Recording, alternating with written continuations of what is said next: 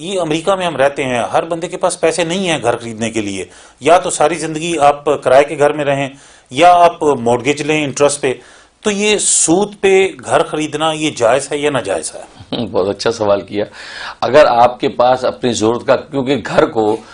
علماء عصر نے ضروریات زندگی میں شامل کیا ہے، آپ کی نیسیسری ضروریات میں شامل ہے، لہٰذا ان ضروریات کو پورا کرنے کے لیے اگر آپ کے پاس ایسا گھر نہیں ہے اپنی فیملی کے اعتبار سے، تو اپنی فیملی اسٹرکچر کے اعتبار سے 2 بیڈ روم 3 بیڈ روم جتنا آپ گنجائش سمجھتے ہیں ایسا گھر جو ہے اگر آپ کو لینا ہے، تو پہلی بات تو یہ ہے کہ یہ آج اسلامی فائنانس کے ادارے بہت سے ایسے بن گئے جس کو مستند علماء نے اس کو ریکمینڈ کر دیا، آپ ان اداروں سے جو ہے اس کا فائدہ اٹھائیں. جیسے ایک اجارہ لونز کا ادارہ ہے، میں اس کی ایڈوائزری کا چیئرمین ہوں، تو وہ اسلامی ٹرم کے اوپر وہ اس کو دیتا ہے، لہٰذا اس کے مطابق آپ اس کو لے سکتے ہیں، اس میں کوئی مذاکرہ نہیں. لیکن اگر ایسی صورتحال ہے کہ اسلامک ادارے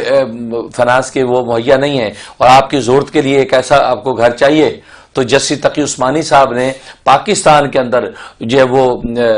ہوم فائنانس کا جو ادارہ کھلا تھا، تو انہوں نے یہی جو ہے وہ لوگوں کو جو پیشکش کی تھی، تو انہوں نے وہاں یہ فتویٰ دیا تھا کہ ضرورت کے لیے ایک گھر لینا اس ذریعے سے اجازت ہے. اسی طریقے سے یہاں پر بھی اگر آپ ایک اپنی ضرورت کا گھر لینا چاہتے ہیں اور اگر آپ کو سود کے مورگیج سے ملتا ہے تو آپ لے سکتے ہیں، اس کی گنجائش ہے. بہت شکریہ مفتی صاحب. یہ میں ایک دوست ہیں ہمارے، وہ مجھے پچھلے ہفتے انہوں نے بڑا کرٹیسائز کیا کہ تم مفتی صاحب کے ساتھ بیٹھ کے اسلامی پروگرام کرتے ہو اور گھر تم نے مارگیج پہ خریدا ہوا ہے.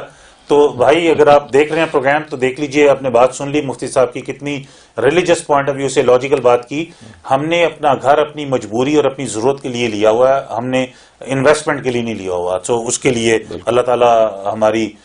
غلطی کو بھی معاف کرنے والے ہیں.